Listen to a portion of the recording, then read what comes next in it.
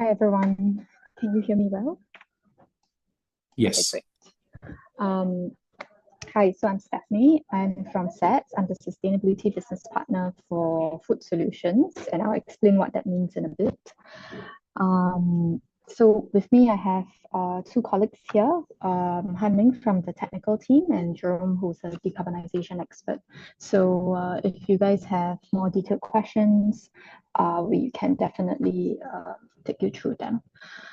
Okay, so what I'll do today is really just to go through what is SET, what do we do, and therefore what our problem or challenge is in that sense, and the kind of solutions that we're hoping to find through this challenge.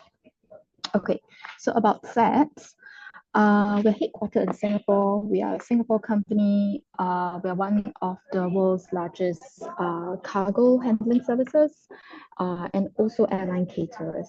So today's session really just focuses on the catering, the food side of things rather than the cargo side.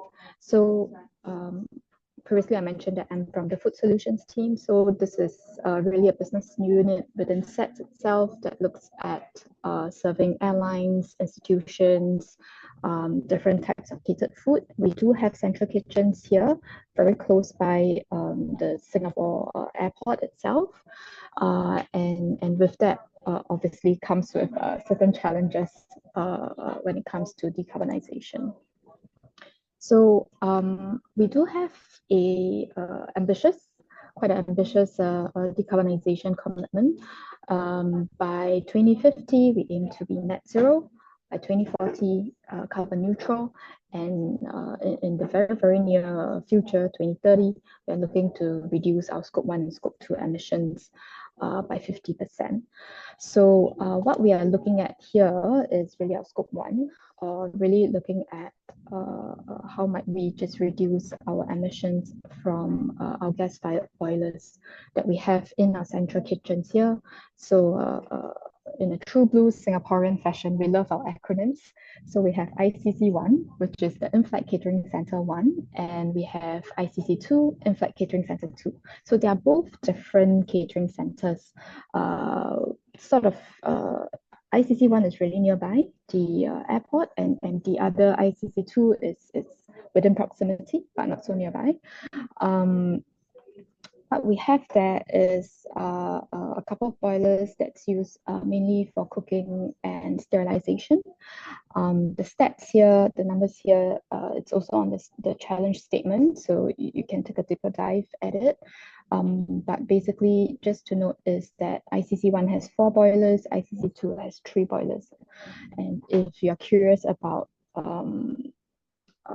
the operation timings of certain boilers, let us know and we can elaborate a little bit more. But basically, because we are mainly catering for airlines, so it does run throughout the whole 24/7 almost, and it has to be operational as well. So with that, you can imagine our carbon footprint. Unlike the other presenters, we are only looking at carbon, not so much on GHG as a whole yet, at least. So what we are looking at is really to lower our carbon emission from the boilers, mainly from steam generation, and at the same time, we want to match the performance. Obviously, if we can exceed the performance, that's great as well. We're open to see the kind of different solutions that you have. So just some considerations and some context setting here. What do we use the boilers for? I mentioned cooking. We also have sterilization and cleaning. Some technical and operational requirements here really is to match our current performance. Obviously also to match food safety and compliant operations, everything that the Singapore government regulation has for food production, we do have to meet them, and also fit within existing infrastructure. So ICC1, which is our In-Flight Catering Center 1, is quite an old building. Certain systems, there might be some limitations, but we're open to a retrofitting plan or a new system, even as long as it's suitable for our needs. And obviously also be technically and economically feasible, and provide a plan for operational resilience. In terms of sustainability requirements, I think we are quite open to see the percentage of potential reductions in emissions. And I think that's something that we can also brainstorm a little bit with the solution providers in terms of the absolute number or projected number. And the plus points would be if we can show that there's improved energy efficiency and there's a way to monitor it properly across the various years. And because we also have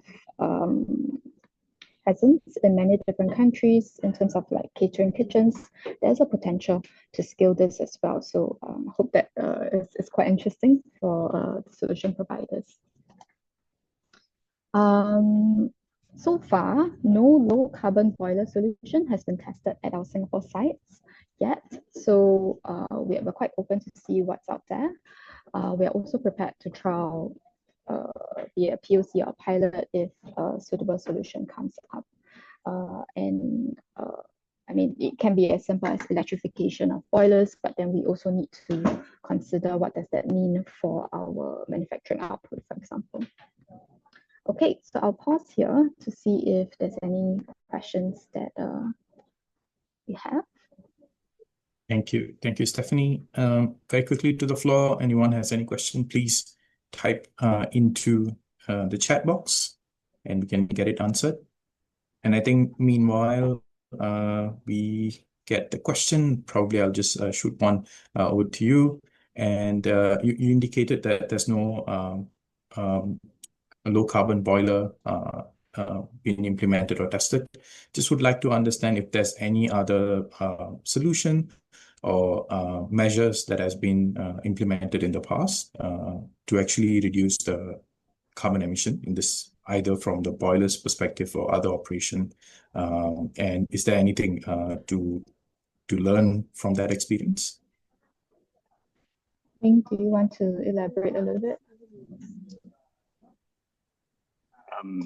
Or maybe I can reply to this. Yeah, there has been some decarbonization solution implemented already in the past, for sure.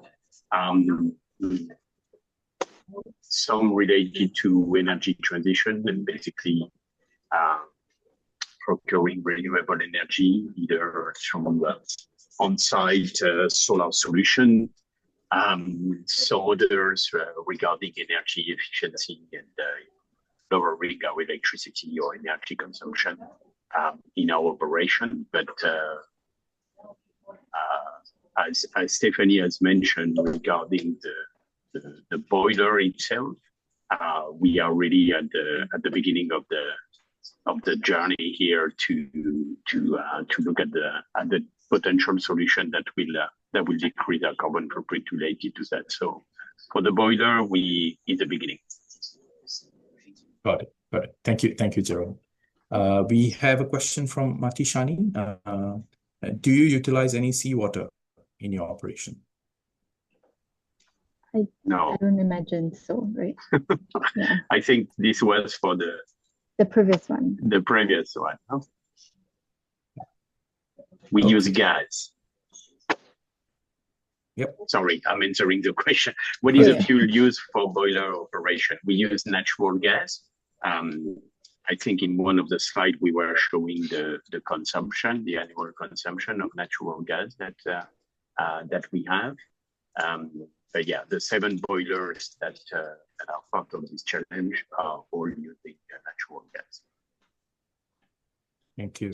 In some other country we have boiler using diesel, but that could be potentially a scale opportunity, let's say. Cool. Any other question? Next question, water for cooling. Are these portable?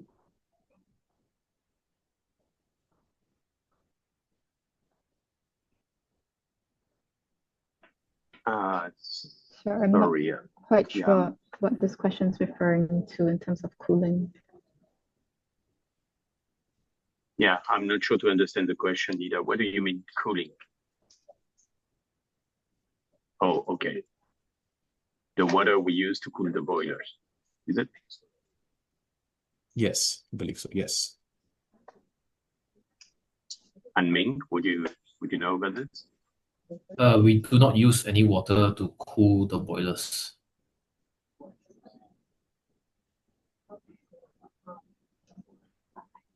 Understood. Got it. Okay. Just checking, anyone else has any other question relating to the challenge statement? Yes. Okay, I think we have the answer typed in. Any other question?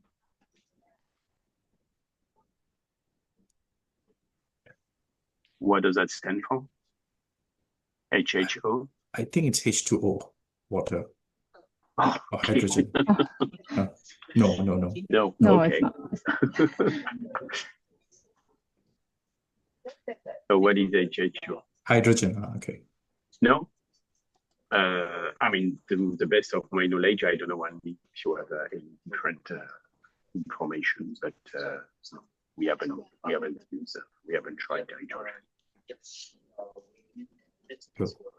Hope that answered your question, Alok. Okay.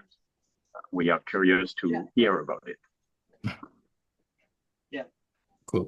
So put in your submission and ideally an early submission so that your submission can be reviewed and potentially provided feedback for you. Yeah, if everything's good.